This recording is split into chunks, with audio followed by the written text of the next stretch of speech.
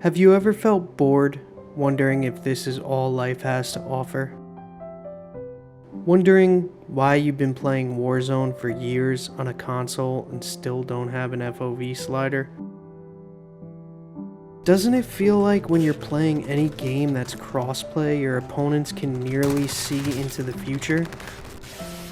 Today, I'm going to show you how a PC will change your life, increase your productivity, and let you experience boredom, but now it's in 144 Hz.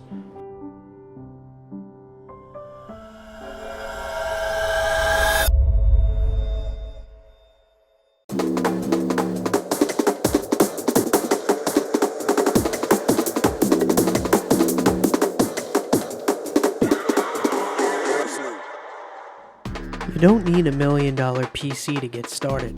There are $10,000 PCs and $200 PCs. Look at it. But getting started is the first step.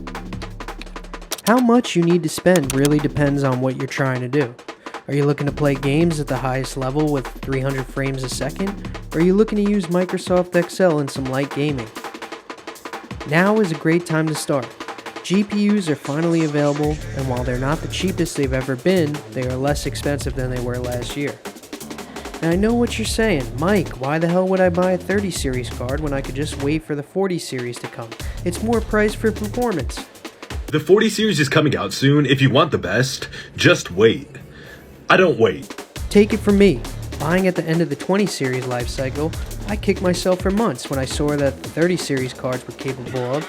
But guess what? If I had waited, I would have never had a card for my computer after the infamous paper launch. I built my PC over 2 years ago and it was still somewhat of a budget build, and I'm still able to play current games at 1440p with no issues. The first step down your PC journey is whether or not you decide you should start with a pre-built PC or build one on your own. I'm not here to shame you into building your own PC, but while it may seem overwhelming, it's not that difficult. Watch a few build videos and you'll have everything you need to get started. With enough searching, you could probably find someone building the PC on YouTube with the exact parts you purchased. If you want a pre-built, find one in your budget, click buy, and if you want to build your own, there are a few decisions to make. Decide your CPU or processor brand. Do you like Intel or AMD? Decide whether you want an AMD or NVIDIA GPU or video card. Pick out a motherboard that's compatible with your processor and choose the rest of your parts to taste. You're going to want to make sure your power supply has enough juice for your components and you get an NVMe SSD for your operating system drive. Play around in PC Part Picker and find what works for you.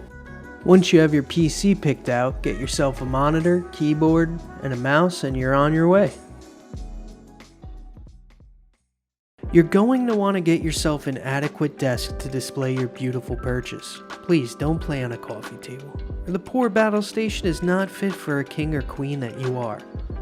The whole point of this is to have your own Battlestation, not merely a measly battle table.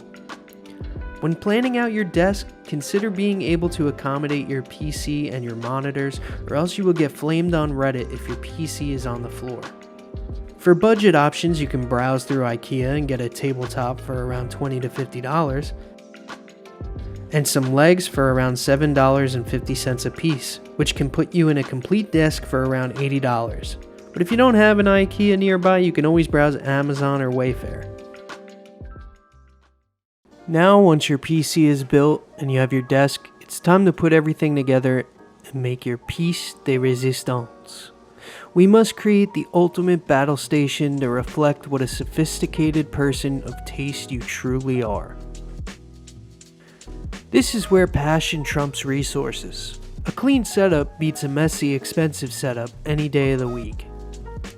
Prioritize your layout with a clean look and don't be scared to draw inspiration from others. Your main focus when putting everything together should be cable management. You do not want to see any of those pesky cables, and this is what separates the weak from the strong. With a couple raceways, some zip ties, and some Velcro, you can make a person question whether a cable really ever existed. The perks of having your own battle station is unparalleled to anything I've experienced. It's like your own personal dojo where the world is at your fingertips. It's not just for playing video games, you have the option to do anything you want. You can create art, music, or consume content. You can start a business all from behind a screen. You can edit videos or just chill out with a couple homies in a Discord server by the moonlight. At the end of the day, playing some games at your TV or browsing the web with a laptop on the couch just doesn't do it. There's something different about a place you can go to express your thoughts or let out some aggression on the war zone all at the same time. It's your own little personal world where you have the freedom to do what you want. I mean, not all things come without negatives, am I right? Your partner may wonder where you've been or complain that you're not spending enough time with them. Friends who never had a PC may complain that you never chill because you have everything inside the comfort of your own home. But it's not your job to explain to them the significance of a personal battle station. They will learn in time. Hey guys, if you're into this content, please like the video, subscribe to the channel, and keep watching. And thanks for 100 subscribers. You guys are the best. Have a good one.